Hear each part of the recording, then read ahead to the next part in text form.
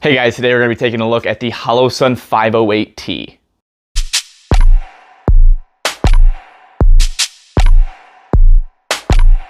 This is going to be more of a first impressions video than an actual full review, since I have not had this long enough to give myself a confident opinion on it to give to you guys. I like to make sure that I run thousands of rounds through something before I do a review, so I can give you guys a really confident answer if I like it or not. I don't want to just throw out a quick review just to get an early access to it.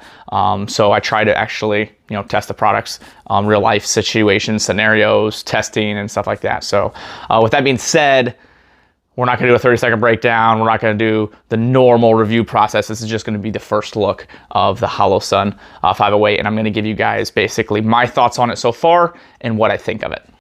So when I heard of this optic, I was really excited because it was supposed to be something that competes with the Reticle RMR. And the fact of it being a little bit more durable than some of the other ones. It's got dual power settings with the solar panel and the fact that it has battery life. So the battery life is supposed to be really well, shake awake, and it has a lot of really cool features to it. So when I heard about this, I got really, really excited. The 507 came out. I got a hold of one to play around with quite a bit, and I was able to get a lot of rounds through that one.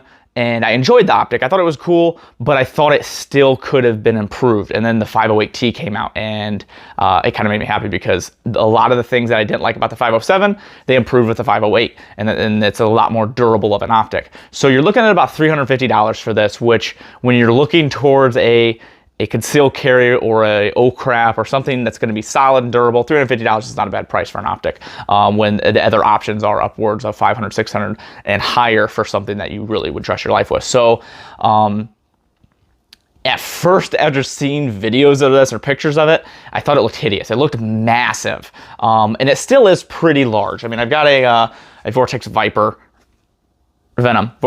here in comparison. As you can see, I'll show up a close up here for you guys to see. It is a little bit larger, pretty big compared to those, and the hood here is quite a bit bigger because it's protecting the glass a little bit more, and it's got a accompany that solar panel. So it is a little bit bigger, and in the pictures, I will say it makes it look a lot bigger than it is in person. Once I put it on the gun, it really just fit. It didn't look weird. It didn't look goofy like I thought it would. I was really nervous about it until I got it, put it on the gun, and then I realized, okay, it doesn't look as bad as I thought. So if you guys are worried about size and you see pictures of it, it looks a lot bigger than it really is. It is big, just not as big as I thought it was. So let's just go straight into all the things that I really like about this optic.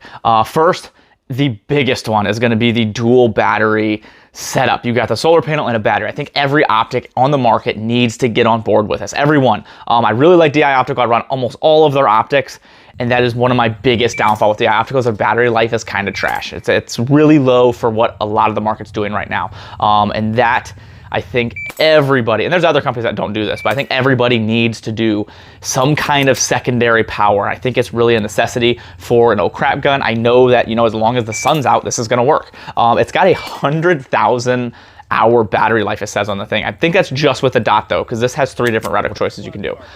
So that's just with the dot. 100,000 hours, that's crazy. That's a lot of hours. It says you can do 10 years on Power 6 with just the dot, which is a crazy amount of time. So that I think is a necessity, and I'm so glad Holosun does that. So speaking of the reticles, you got 3 different reticles, which is really cool. So you got the single dot, which is a 2 MOA. Then you've got the circle, which I believe is a 32 MOA.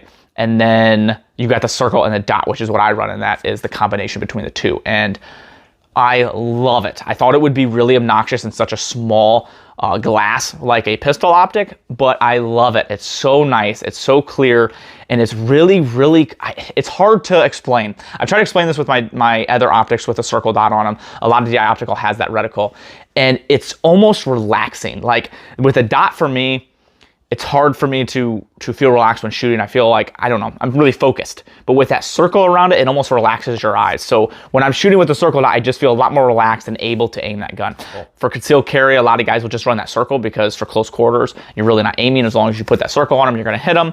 A lot of guys really just like the dot, and then you have the combination between the two if you want to. And that's what I run for anything. So very, very versatile in reticles. Then you've got the actual unit itself. It's made out of titanium, it's supposed to be a lot more durable than the 507, and I like that. That's why I waited for the 508 to purchase this one.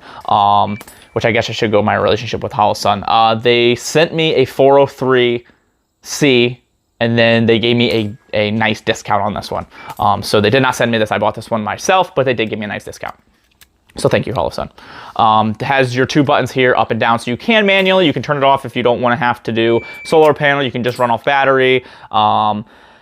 You have 10 settings, which is nice, and the fact that they took away the white lettering. Oh my goodness. I hate when companies take a product and plaster their name all over it.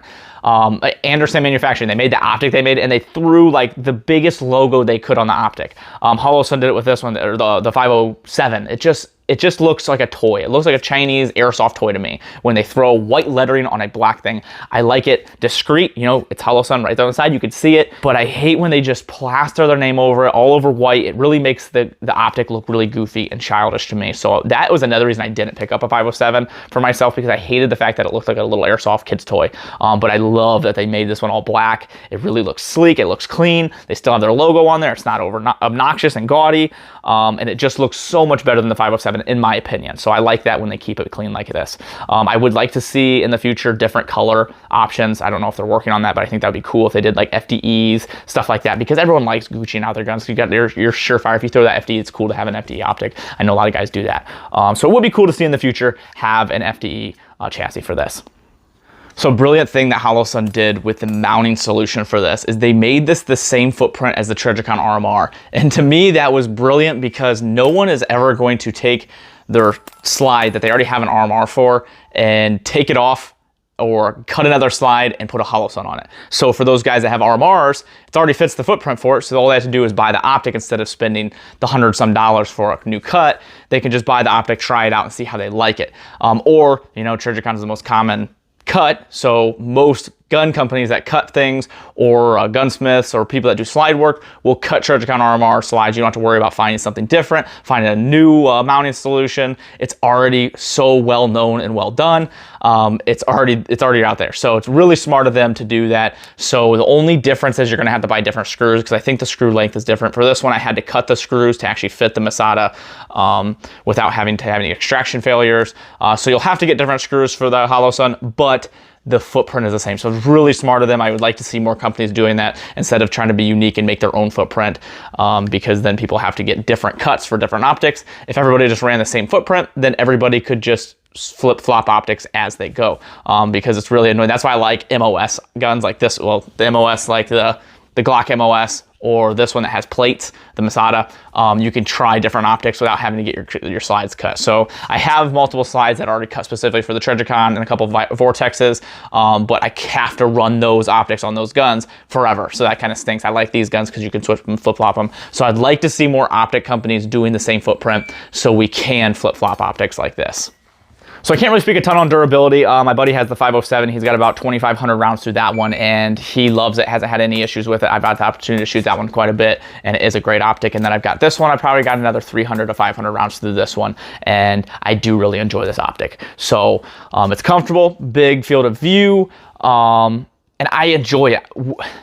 I don't want to say if I'd recommend it yet because I don't have enough rounds through it to really give you guys a good recommendation. But as long as it continues to perform the way it is in the same capacity, then yes, I would recommend it. And I would purchase my own money with it because I like all the features. They just did really well. They took a lot of features and put it in one optic. I love the shake awake. I love the fact that it auto turns off. I love the dual battery, the reticles, all that combination put into one optic. And the fact that the price is $350 compared to all these other optics on the market that are really expensive. Your Loopholes, your Trijicons, the ones that you really would trust your life with, are just so expensive, and not a lot of people want to spend more on an optic than the gun itself, because this is a $450 gun. I have my Glocks that are, you know, to me $450, and then you throw a $600 optic on it. It just, to me, it's crazy. They're worth it. They work well. They're amazing. Great optics. No one's taking that away from them. It's just the price is so expensive. So I love the fact that they put a lot of things into this that really make me think that I can trust my life with it,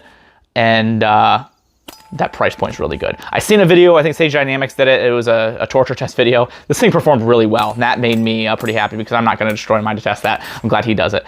So it performed really well. Every video I've seen on these, everyone seems to be really happy with them. So I think Holosun did good. I think they have a really good product here. I think Holosun's doing really good things. I know people still dog on them because some of the products, I think that they're all made in China. As long as it's a product that I can trust and that I test enough and it works like it should, I'm happy with it. So I'm really happy with my 403s. I'm happy with this one.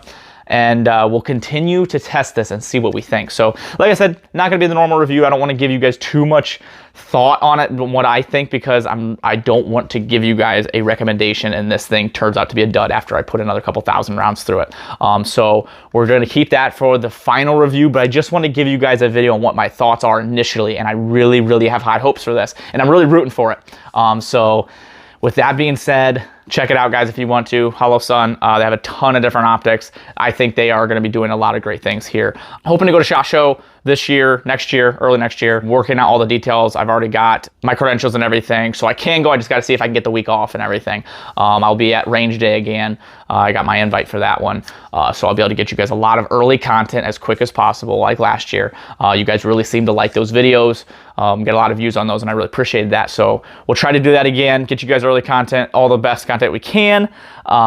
I appreciate every one of you guys. Thank you for following the channel. If you guys want to help support the page, there's a link down below in the description. If you use that link, you can use things on like Brownells, Palmetto State Armory, and anything you purchase there using my link helps me out a lot. It gives me a small kickback to be able to purchase camera equipment and stuff like that, and I really appreciate it. I'm kind of confused and lost because this isn't my usual routine. I usually have a very strict routine. You know, I do this on my normal reviews, so this is a different review for me. So I'm a little bit lost and jumping around a little bit, so sorry about that. But I appreciate it, guys. Thank you very much. Like, comment, share, subscribe, check out my Instagram channel, and we'll be doing another review on this soon.